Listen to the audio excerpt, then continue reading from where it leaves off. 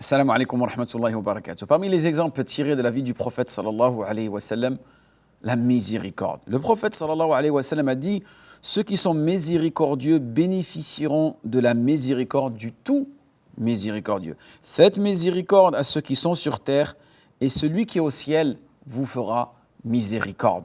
Hadith rapporté par Tirmidhi et Abu Daoud.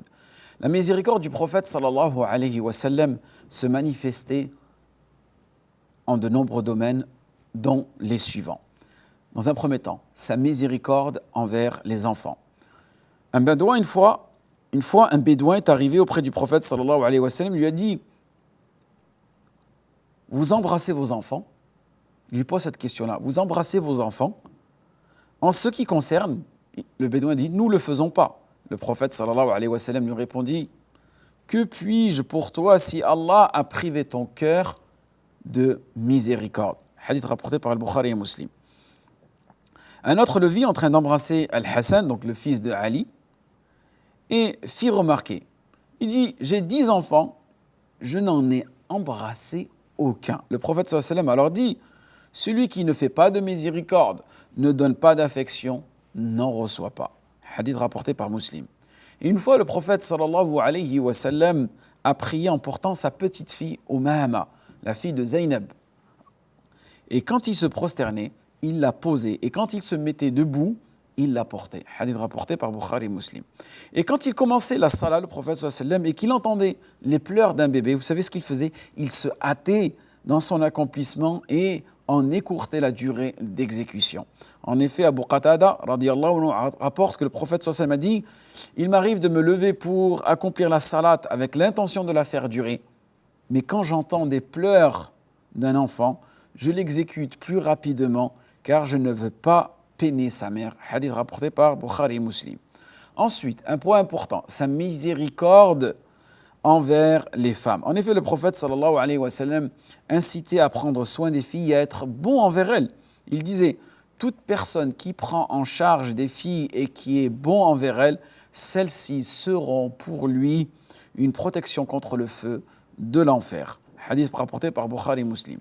Il a aussi, le prophète sallallahu alayhi wa sallam, prodigué des recommandations insistantes pour qu'on donne aux épouses leurs droits, qu'on prenne soin d'elles et qu'on soit indulgent à leur égard. Il ordonna aux musulmans de s'inciter mutuellement au respect, et de cela dans sa parole, lorsque le prophète sallallahu alayhi wa sallam dit: recommandez-vous mutuellement la bonté envers les femmes. Hadith rapporté par Bukhari. Et lui-même, le prophète sallallahu alayhi wa sallam, a montré le meilleur exemple s'agissant de courtoisie et de délicatesse avec les gens de sa maison, puisqu'il est allé jusqu'à s'asseoir à côté de son chameau, et présenter son genou afin que sa femme Safiya radiyallahu anha puisse poser son pied dessus et monter sur le chameau. Hadith rapporté par Bukhari. Et aussi, quand sa fille Fatima radiyallahu anha venait chez lui, il lui prenait la main, l'embrassait et la faisait asseoir à sa place. Hadith rapporté par Abu Daoud. Donc, le prophète sallallahu alayhi wa sallam était le plus compatissant, le plus humain parmi les hommes et celui qui avait le plus de douceur et de sollicitude envers les enfants et les femmes. Ensuite, sa miséricorde envers les faibles. C'est la raison pour laquelle le prophète sallallahu alayhi wa sallam a encouragé les gens à prendre en charge les orphelins. Il disait: moi et celui qui adopte l'orphelin seront au paradis comme ça, tout en montrant l'index et le majeur légèrement écartés. Hadith rapporté par Bukhari.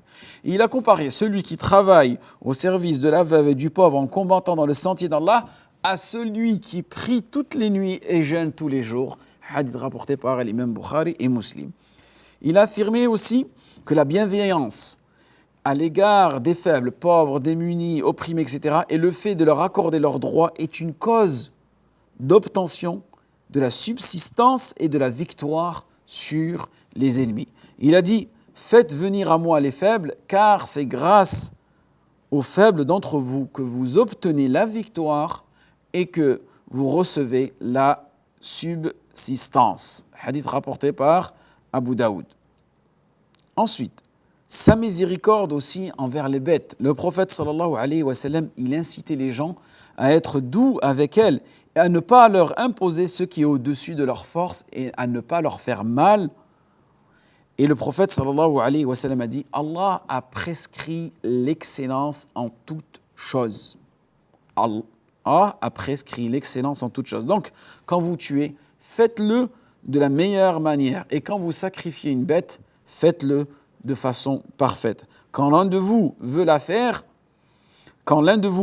faire, qu'il aiguise sa lame et qu'il apaise la bête qu'il doit sacrifier. Le hadith a été rapporté par Muslim.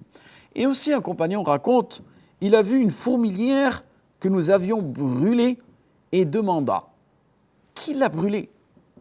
Le prophète sallallahu alayhi wa sallam, lorsqu'il posa cette question, qui l'a brûlée? Ils répondirent: c'est nous. Il dit alors: il n'est permis à personne de châtier avec le feu, sauf le Seigneur du feu, c'est-à-dire Allah subhanahu wa ta'ala. Hadith rapporté par Abu Daoud. Donc, le prophète sallallahu alayhi wa sallam était un exemple dans tous les domaines. Et là, on voit exactement cette miséricorde qu'il avait envers les faibles, envers les bêtes, envers les plus démunis, envers les femmes. Donc, cette miséricorde, on ne doit pas seulement la lire à travers des hadiths, mais aussi l'appliquer. Et l'appliquer sur nous-mêmes, sur nos familles, sur nos proches, pour qu'on soit le meilleur et la meilleure des personnes en termes d'exemplarité. En espérant ce cours a été bénéfique pour vous et moi. Waffaqakumullah lima yuhibbu wa yarda. Wassalamu alaikum wa rahmatullahi wa barakatuh.